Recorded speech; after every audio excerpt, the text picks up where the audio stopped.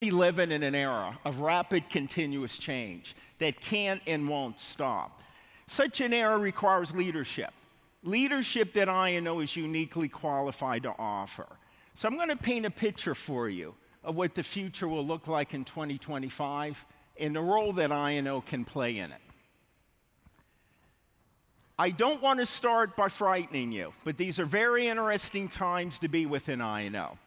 I would argue that no IT area has been impacted more over the past 20 years.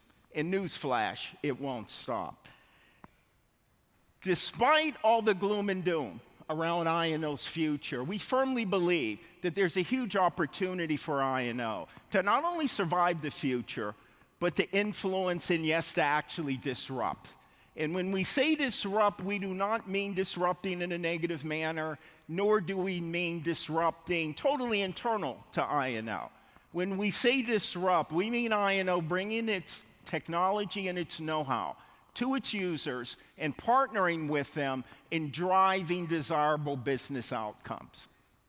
So let's sit up in our chairs and gaze out at what 2025 will look like. Up front, you're now inundated with numerous technologies. In 2025, most of what you see here will be common, where there will be defined best practices around how to implement and how to operate. And frankly, many on this list will probably be legacy in 2025. And you will be faced with a whole new set of technologies. The trick then and now is how do you introduce those technologies to your users and enable them to be successful with those technologies. So besides the technology aspects, at a glance, what does 2025 look like? Well, your application and infrastructure will be everywhere. There will be tooling that manages the hybrid nature of it all. The tooling will have machine learning and AI baked in. There will be interconnected services, some that you create, others that are created by external entities. And these interconnected services will be ubiquitous. Automation will be the lifeblood for success. And you'll be leveraging a very, very large and fluid vendor pool. And your organizations will be much more virtual than they are now, with traditional and non-traditional staffing. And you will be forced to keep and maintain business metrics. And all throughout, you will need to scan your external environment and make changes to various aspects of what are shown here. So let's walk through each of these in order. On the workload side, the vast majority of the workload still resides on premises. And many organizations are now rationalizing it to identify and determine what is the ultimate destination. A lot of the new development that we see is occurring within a public cloud environment. And there's a sliver of activity at the edge. In 2025, the question of where your data center is will be meaningless, as your applications and infrastructure will be everywhere. And that includes the edge, where the compute and storage requirements there will very much rival what you have on premises. And with mini and microservices being integrated in an infinite number of combinations, the number of production systems that you need to be concerned with will more than double. On the vendor front, I would guess that most of you can identify your strategic vendors on the screen here. Well, it's going to change in 2025. Not only will there be many more vendors, but chances are you will have different strategic partners in 2025. And many of the vendors that you now deal with will operate under a different banner. On the process front, automation is to the modern infrastructure what blood is to the body. You cannot have modern infrastructure without automation. And I often quiz my clients to identify what level of automation maturity are they at. And I find a direct correlation between automation maturity and how successful they are in enabling their digital strategies. What we currently see is a lot of opportunistic automation. A lot of it is very much reactive. Some of the more mature organizations are being a bit more proactive with it. But to be competitive And to be successful in the future, you must evolve from IT task automation and IT service automation to business service automation. And with business service automation, I mean the tethering of the underlying infrastructure automation activities with efficient business processes. For organizations that maintain customer satisfaction, those that have evolved to business service automation will have 3 times the customer sat versus those that have not. That is how important automation will be as we go into the future. And on the staffing front, we still see many hierarchical, static organizations, in many cases staffed with technology specialists. Some organizations have started to form centers of excellence around things like automation and cloud computing. In 2025, you will need to incorporate versatilists within your staffing strategies. You will need to. Also, you will need to break up the hierarchical organizations, make them to be much more fluid, much more virtual. And you will also need to consider and deploy context-based roles, where the context is easily associated with a desirable business outcome. And not surprisingly, there will be new roles. Think of the many roles that exist now that did not exist 4 or 5 years ago. And you will need to use non-traditional staffing. So think of leveraging or the untapped potential of those that may not have a college degree. After all, do you need a college degree to become a cloud engineer? Or think of leveraging seniors that may only want to work 10 or 15 hours a week, but they're probably the only ones who may know that legacy application and how that legacy application is form-fitted with the underlying infrastructure. Think about leveraging that as you're looking at migrating that application or system into a cloud environment. And perhaps most surprisingly, you will need to replenish all of what you know every 2 or 3 years. That is how rapidly things will end up progressing. In terms of metrics, we've seen progress over the past few years, with many companies now oriented around services and associated metrics with it. But in 2025, the bottom line will be, how are you enabling the business? How are you helping your colleagues to be successful in their respective businesses? Associated with that, since application developers are often closer to the business than I&O metrics will also be associated with how are you enabling your application developers. So again, we're back. Customer satisfaction. How happy are those that are consuming your services? Right? That will be the bottom line. So with all that, what does it mean? Kudos to those of you that do have a seat at the table as your organization is crafting its digital strategies. But you must take it to the next level. You must bring ideas to your users to make them successful. And it might involve a change in attitude. I&O has done a tremendous job in providing safety and soundness over the past many decades. And while you still must do that, you must now also leverage your expertise in bringing innovation to your users to be able to positively impact the business. Doing so means that not only are you surviving the future, but you're certainly positively disrupting it. Let me give you an example of what I mean by business disruption. I travel a lot. And often when I travel, I observe the customer lines for both the traditional cab services and also the new ride-sharing services. In many cities, the ride-sharing lines are 2 to 3 times the size of what they are in the traditional cab lines. That is because companies in that domain have leveraged technology to totally disrupt an industry that has existed for many decades with it. And while they use a number of technologies, it's often missed that there are 2 key infrastructure-related technologies that both of these companies leverage. One was a mature technology, operating system virtualization, that has evolved into what we call containers. The other was a relatively obscure data center orchestrator and scheduler that has become Kubernetes. So those two infrastructure-related technologies, along with many others, have enabled both of these companies to build infrastructure that has resiliency and scale, and to provide a limitless amount of agility and speed for their application developers. And they've done all that within a decade. So for I&O, you must bring your ideas and know-how to your customers to positively disrupt what they do. You have to do that. And there is a key North Star that you must follow. And that North Star has two key themes. The one is around enhancing the quality of existing services, and the second theme is around building customer intimacy.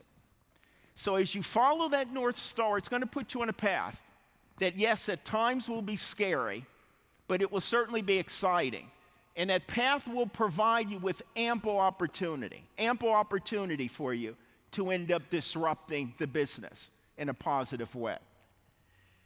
So the key takeaway is that you must prioritize innovation delivery over infrastructure management. Doing so will enable you to walk into the future and provide the leadership that is not only vitally needed, but it is leadership that you're uniquely qualified to offer. So Julia will now take you through how do you revitalize your infrastructure.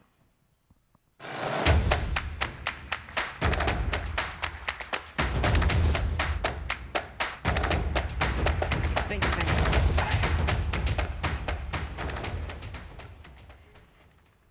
As Dennis just showed us, the future of IT is in a state of continuous change, which can be scary and exciting. But let me see the show of hands who's excited. See, I knew you guys not easily scared. Change is the new normal, as technologies are hitting us faster than ever before. To be agile and responsive to the business, you're already looking to deploy new technologies, business models, and operational methods.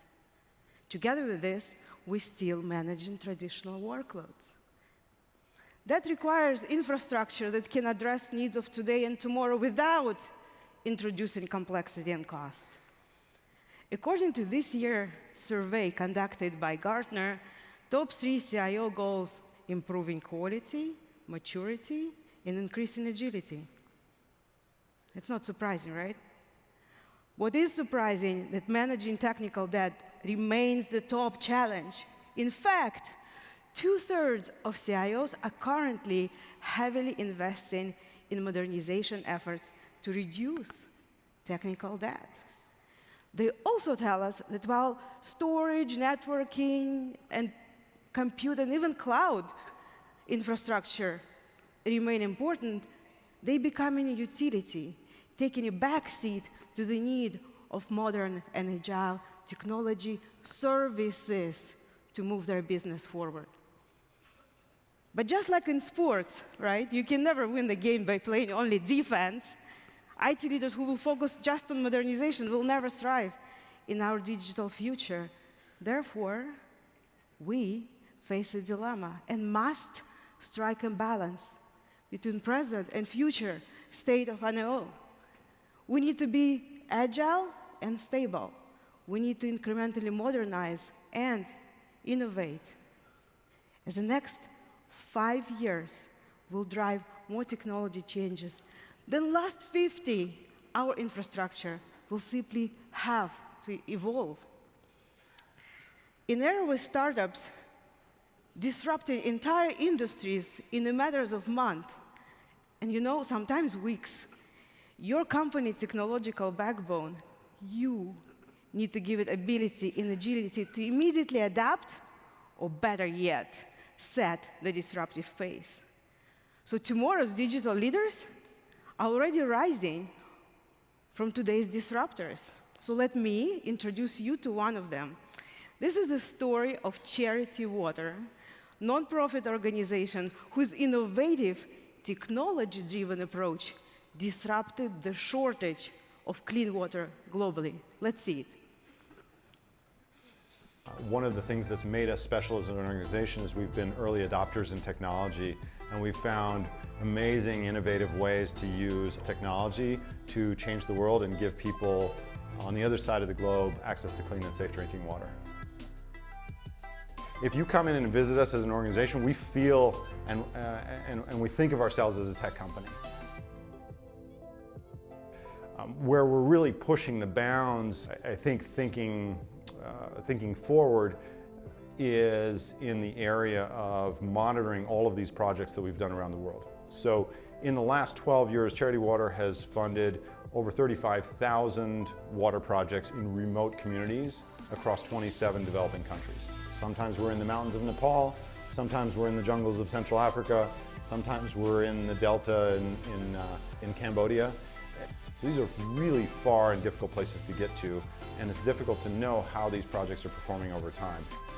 So the tools to do that in remote sensing, cloud computing, IoT, connected devices. So we're taking what used to be pieces of infrastructure and making them smart wells and making them connect to the cloud and bringing that information to us live.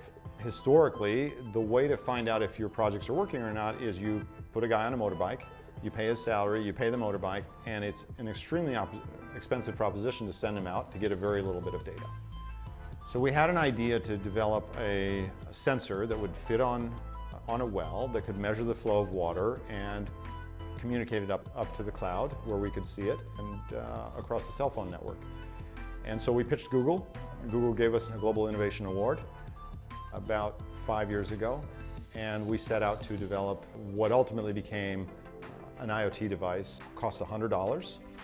It lasts for 10 years, and it has pre-existing roaming agreements with telecom companies in 200 countries around the world. It's been a really challenging and interesting ride for us, and we're super excited about where IoT can take us. We do some computing on the edge.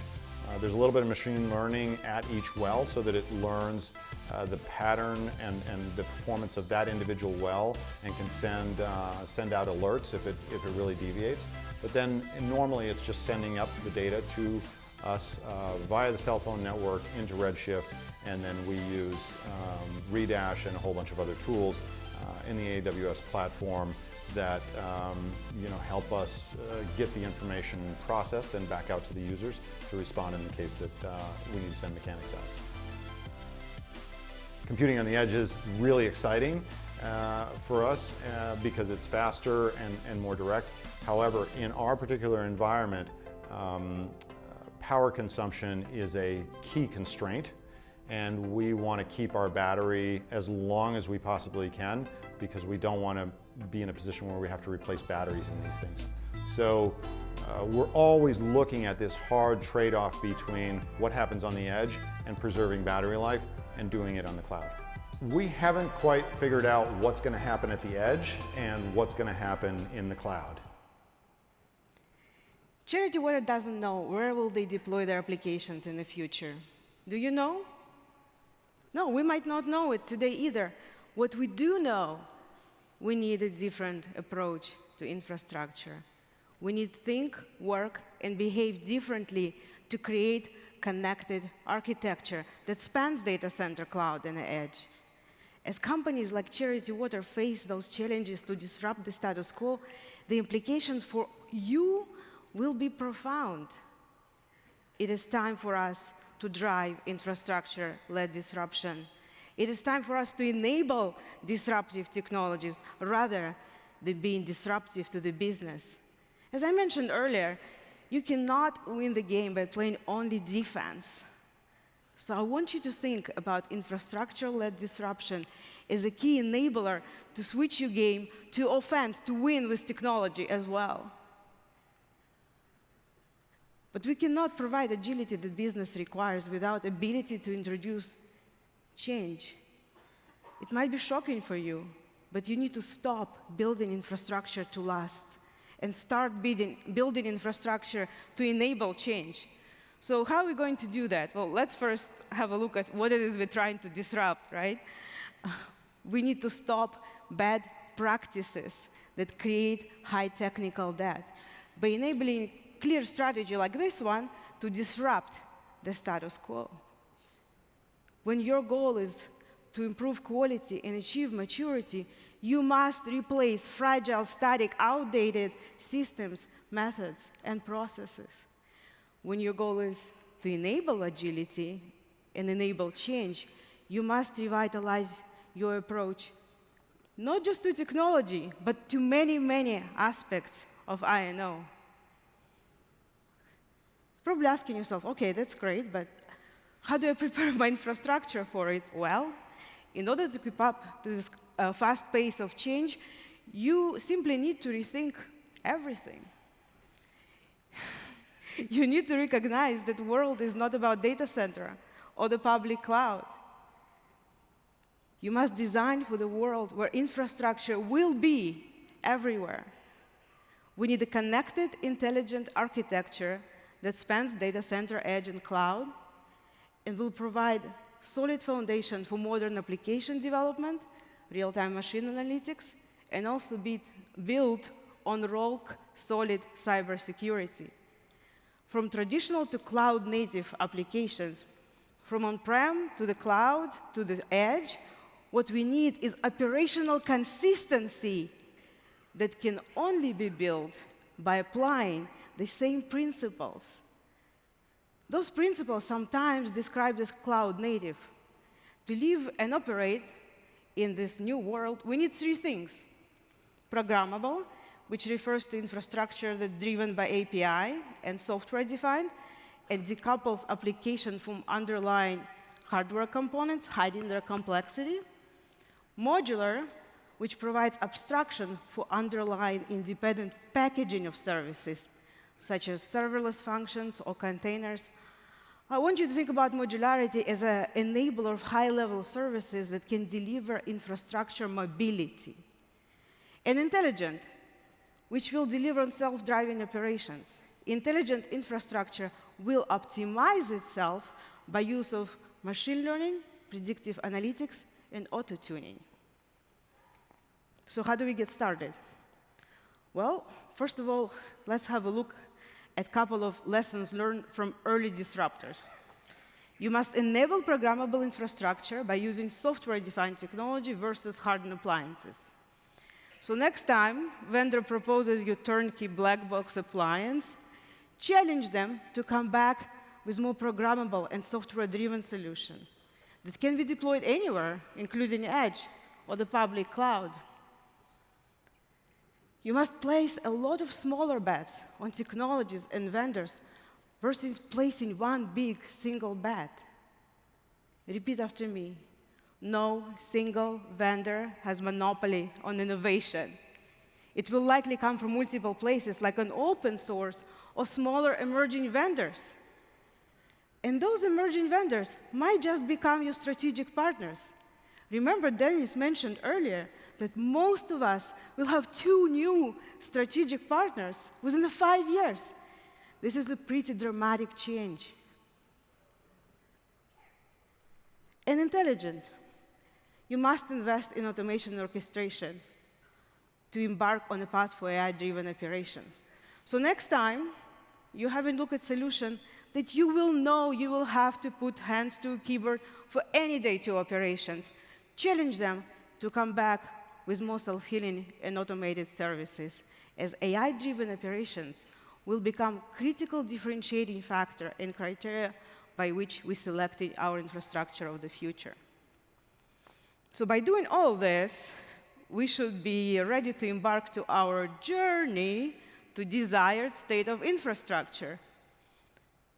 Most of you probably familiar and comfortable with some technologies on the bottom, as they have been deployed individually. However, your 5-year strategy should result in delivering entire intelligent infrastructure stack. This intelligent infrastructure approach takes simple, repeatable building blocks and integrates, orchestrates, and manages them in standardized, automated manner. As you embark on this journey at your own pace, you will realize you cannot apply those principles on monolithic infrastructure of yesterday. That is why, to get to this top level of intelligent infrastructure stack tomorrow, you should only invest in modular, programmatic, self-healing technologies. So what are those technologies? What are they? And why do we need them? Well, first of all, need to innovate could be best illustrated by Albert Einstein quote, who said, "We cannot solve our problems by using the same thinking we did when we created them." Ladies and gentlemen, I welcome you to the week of learning the ways we can revitalize IT. This entire conference is dedicated and focused on those enabling technologies that help companies like Charity Water and will help you to fuel your innovation and disrupt the status quo. Well, you're probably thinking, well, that's all great. It's probably great for startups. It's probably great for greenfield opportunities. It's not for me. Well, let me tell you a story about a 145-year-old manufacturing company. In April 2012, Eric Babolat, CEO of Babolat, French sports equipment company, revitalized its tennis racket with a digital sensor to capture players' swing, ball power, endurance, technique, and a ball impact. In doing so, Babolat overnight became a technology company connecting and collecting data globally and blurring the boundaries of its industry. Then, in 2015, Babolat petitioned Tennis Federation, one of the most conservative organizations in the world. And in support of innovating the sport, they modified the rules of tennis to allow players' analysis technologies in use in official tennis competitions, which enabled Babolat to change the game of tennis. I mean, vendors using words like game-changing and transformational when they describe their technologies. But in this instance, Babolat literally they changed the game of tennis. So I want you to think about it for a second. If 145 years old, French manufacturing company transformed itself and disrupted the industry with evolutionary technology, I think it is safe to say that your CEO will rely on you tomorrow, just like Eric Babolat relied on his CEO to transform a company with evolutionary technology. Innovation is no longer a luxury. It is a requirement. But technology alone is not going to revitalize our digital future. As core of any innovation is people. So let me welcome Roger, who will share with us his perspective of how can we re-energize our culture.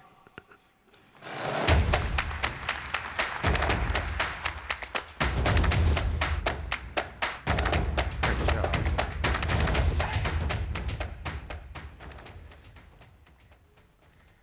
Julia mentioned several technology trends, programmable, modular, and intelligent capabilities that we must embrace in order to revitalize our infrastructure. But we must also look inward to re-energize our people, our teams, and ourselves. After all, when we talk about infrastructure-led disruption, there's that word "led" right in the middle. Our ability to lead is embedded in the very heart of ILD. Allow me to share a strategic principle with you that will serve you well in the future. I spent several years studying the martial arts. And one of the things that I love about it is that you find out very quickly what works and what gets you punched in the face. One of the very first lessons that I learned was to use techniques that could both attack and defend at the same time. I like the way that Wing Chun Kung Fu puts it best. The hand that strikes also blocks. We in I&O must internalize this principle into everything that we do. We simply can't anticipate and prevent every possible way that something can go wrong.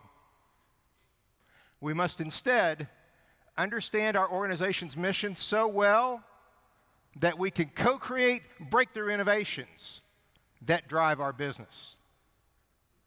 When we do this, it shifts the conversation from a focus on failure to a focus on value.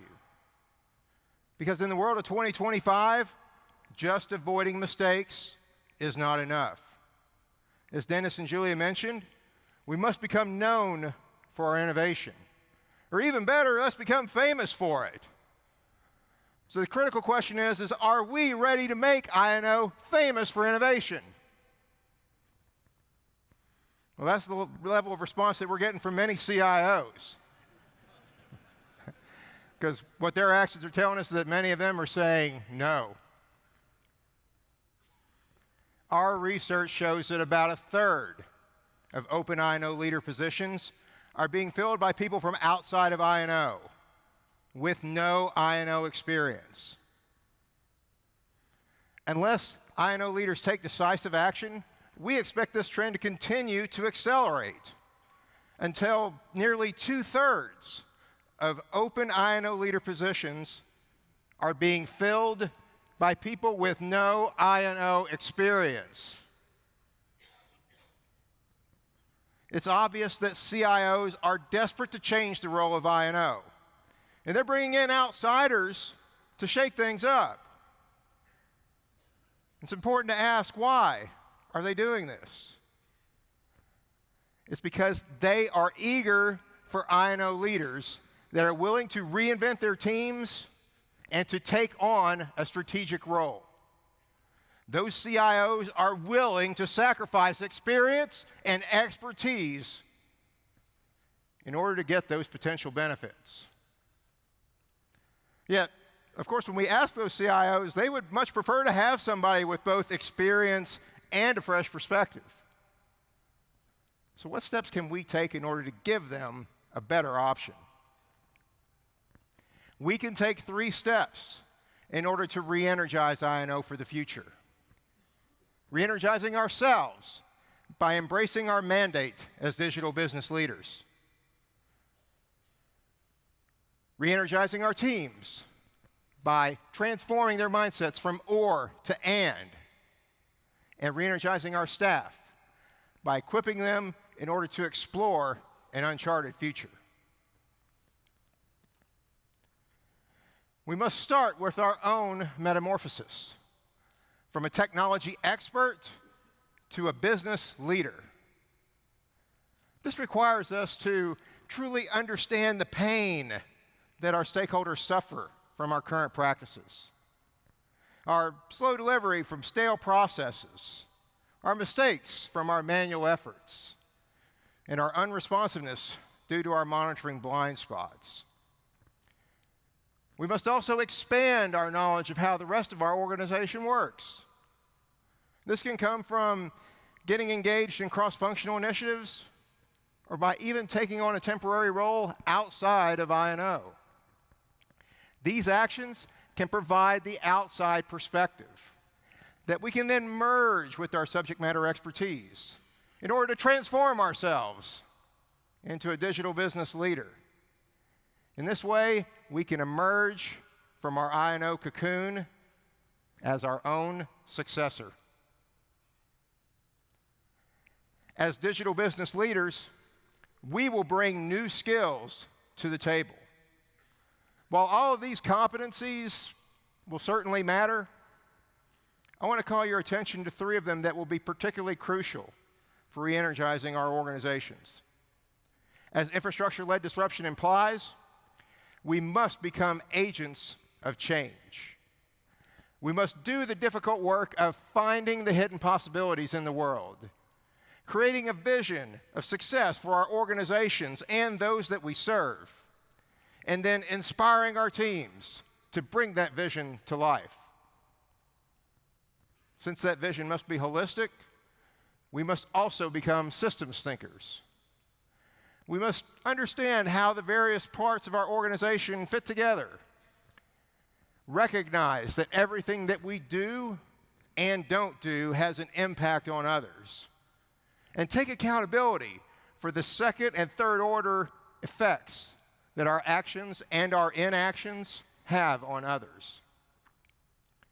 To do that well, we must add EQ to our IQ by enhancing our emotional intelligence. We must see the world through the eyes of others in order to shape what I&O does for them, in order to meet their needs and the needs of the end customers that we serve together.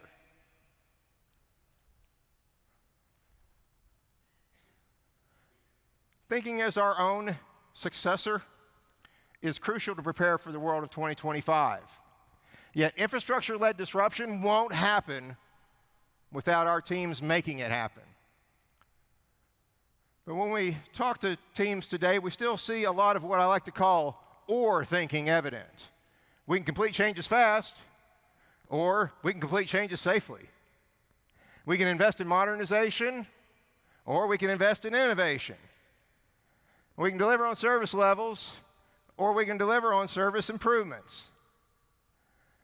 Well, imagine what would have happened if Charity Water had succumbed to or thinking when designing their water monitoring sensors.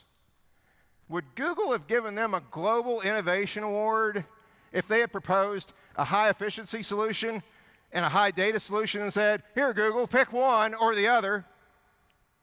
Would Babolat have changed the game if they had designed a tennis racket with sensors that weighed 3 times what a regular tennis racket weighed? Well, of course not. They are innovating and driving infrastructure-led disruption because they embrace the and.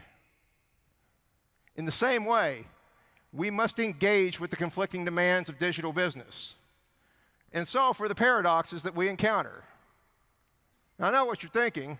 Well, Roger, solving for paradoxes by definition is not easy.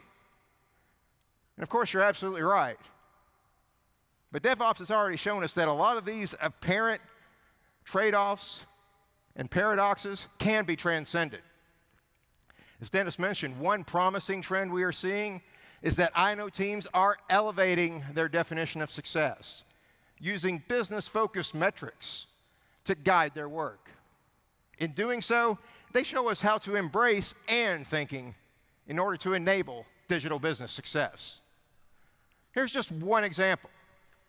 Many of you are familiar with site reliability engineering, which is popularized by Google.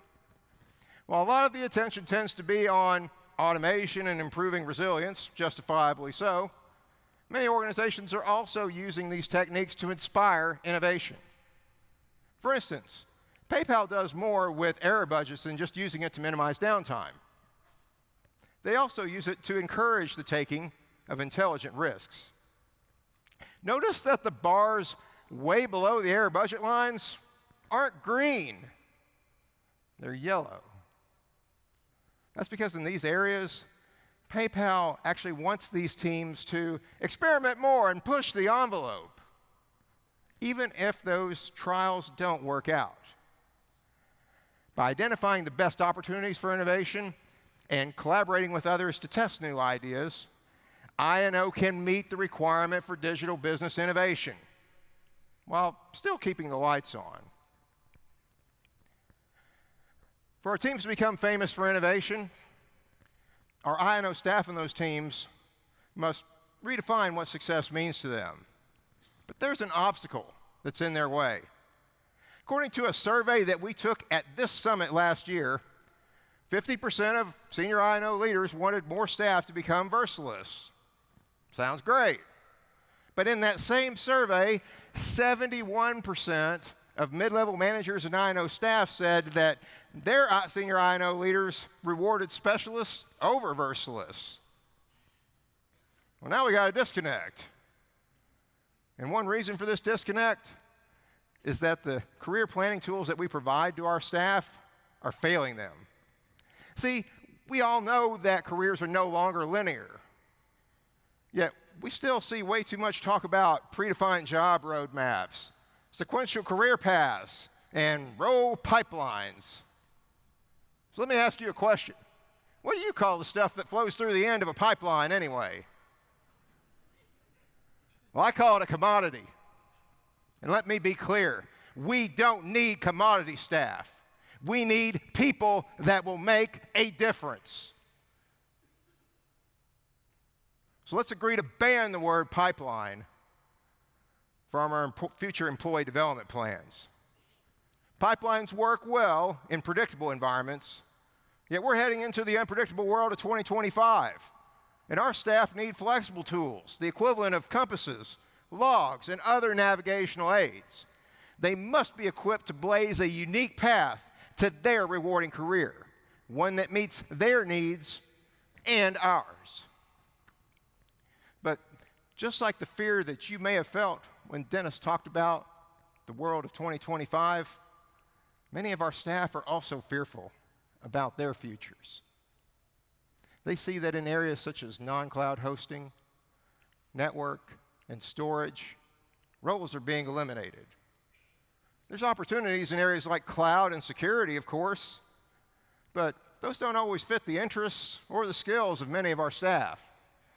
Thus, building some sort of a one-size-fits-all job transition plan simply will not cut it. But this is about more than just dealing with the laggards, though. High-performing staff also benefit when we do this work, as our research shows that they are less likely to stay in their current areas than high-performing staff that are outside of IT. Thus, we must take an active role in preparing our staff to transition away from traditional jobs to the areas where we have the greatest needs and opportunities.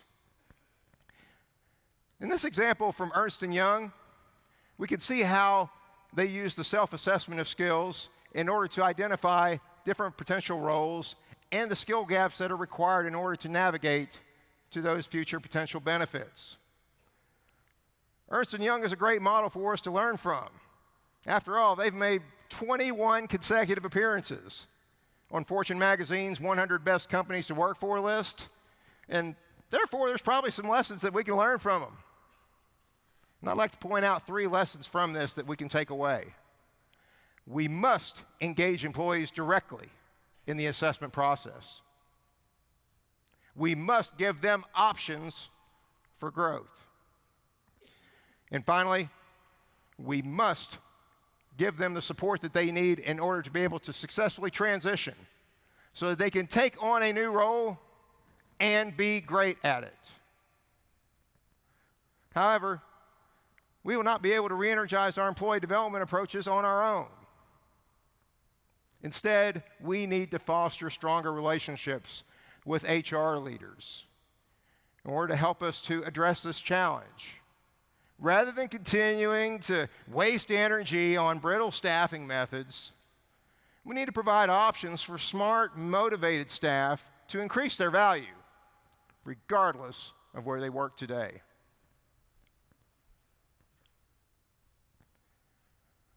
So this is our roadmap for the future. We must reimagine the future of I&O and become better known for the information that we provide than the infrastructure that we keep. We must revitalize our infrastructure by becoming strategic investors in programmable, modular, and intelligent capabilities. And we must re-energize our people by embracing our mandate as digital business leaders. By doing this, we will generate infrastructure-led disruption that matters for our organizations. And not a moment too soon, because as we know, the race to 2025 is on. In this race, I&O is the energy that fuels digital business success. Whether it is supplying raw speed down the long straightaways or winning in the turns with greater nimbleness, I&O leaders that embrace infrastructure-led disruption and make it real will enable their organizations to thrive and their teams to drive the future. There's a lot that we don't know about 2025. But one thing that we do know is that we are 43 minutes and 27 seconds closer to it than we were at the start of this session.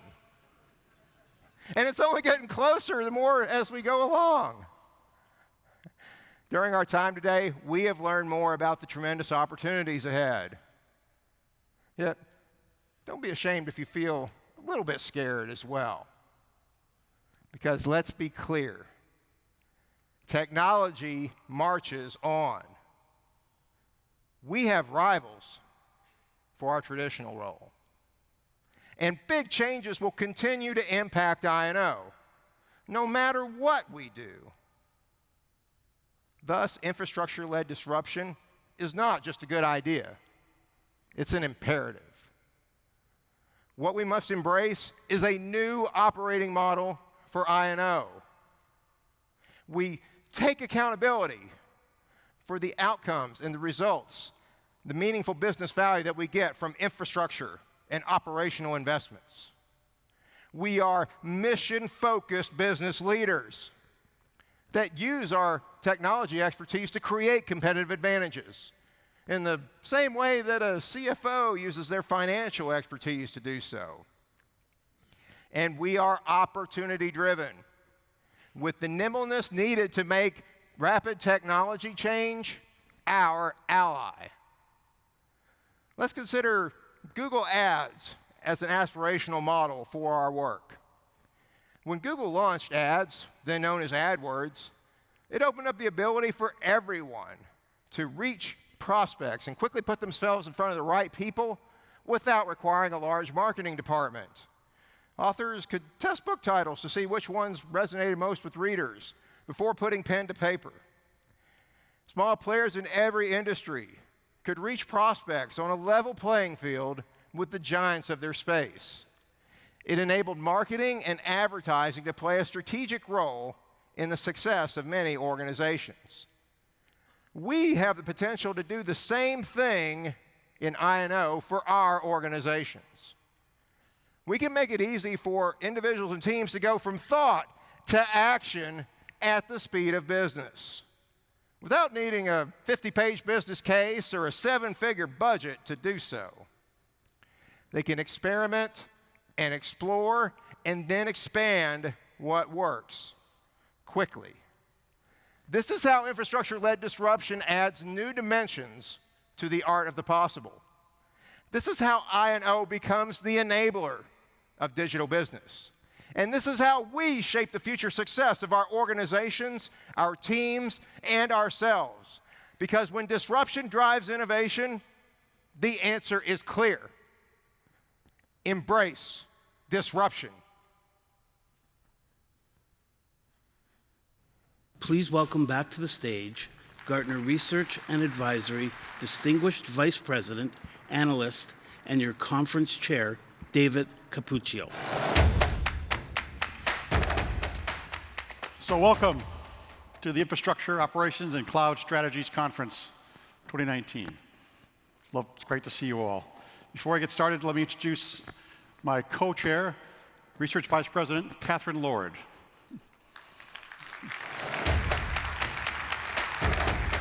Thank you, Dave. Welcome. This conference, the theme this year is all about enabling the future of infrastructure everywhere. We've done a lot of research around this. We've done a lot of polling with clients over the last year. And all the tracks are around this idea of enabling infrastructure. Look around the room. You are an impressive sight.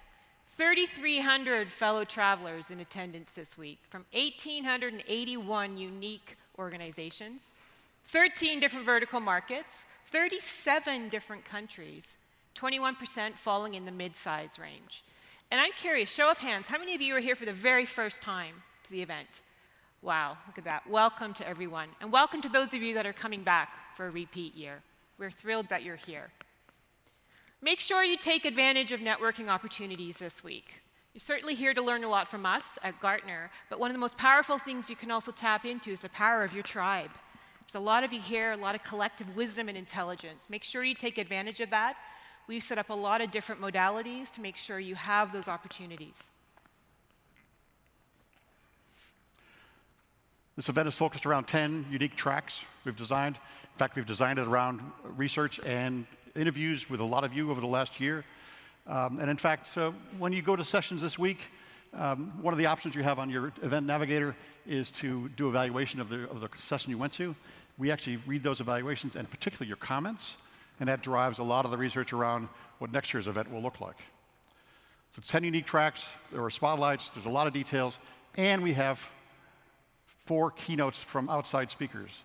And we designed these specifically around major topics we're hearing from you that you want to hear, not a Gartner perspective, but an industry's perspective overall. Visit the show floor. This year, we have a huge increase in the number of vendors that are here. It's 130 vendors on the show floor. 54 of them are brand new, all focused on infrastructure, innovation, new technologies, and the future of I&O. So for those of you that have been here before, you know that we leverage interactive polling. We love to get your feedback in sessions and find out what's top of mind. We have changed the process a little bit this year. We're not using the URL that you would have seen in prior years, and it's all done through the app. It is anonymous, and it's done voting by the web, and you'll be able to see the final results after. So if everyone could actually get their devices handy right now, we're going to teach you a bit about how to use the polling feature. If you go into the app for the event, pick this session, and when you go in there and scroll down a little bit, there'll be a link, say, tap here for polling. Just give everybody a minute to do that. And if you haven't downloaded the app, you absolutely want to make sure you do that for the event. Everything you need is in there.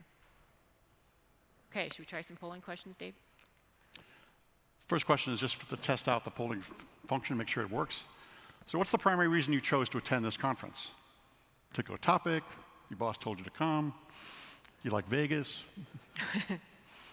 Your boss told you to come? So this is how it works. It's dynamic. As you vote, the numbers change. Particular topic. Yeah. And a broad agenda. Good. Next slide. All right, here's another one for you. So here's a question we've got for you. We've had this question from a number of clients over the past year or so. It's about the topic of repatriation. Repatriation is the idea that some people move to the cloud and then they move workloads back on premises again. And we're curious if you have actually done that. So has your organization moved applications from the public cloud back on premises? Not so much. Next slide. And of those of you who said yes, the 12 people out there, why'd you move them back? That's what we've been hearing as well. Move the wrong application, oops, move it back again. All right, so that's how polling works. Many of the sessions, I'd say 3/4 of the sessions will have some level of polling, usually only 1 or 2, it's not very disruptive. But it's an interesting way to see how your fellow attendees are thinking and how the industry itself is trending. Make sure after the event you continue your learning. The sessions that we present here this week will be available for download. You can access them from the Conference Navigator website or the app, clicking on the link in the session with documentation next to it as well. So they'll all be available for you. While you're here, if you get a chance, we'd like you to stop by and share some information with us. This is opportunity to tell us what's top of mind. We're running an I&O Leaders survey. It's a short survey, about 5 minutes, and come and show your support. It helps to fuel our research as well and gives us some insight. The booth for the survey is just past the information booth down the hallway as you're walking towards the vendor hall. So we'd appreciate your input and time. So our challenge to you this week, have an open mind. Think of new things. Plan your agenda. Use the agenda manager, the app we've got. Everything is in there. All the sessions, downloads for all the documents, calendars, schedules, everything. Share your feedback via the app. Again, we use that feedback religiously for planning future events. And have fun. Enjoy the week. Thank you all.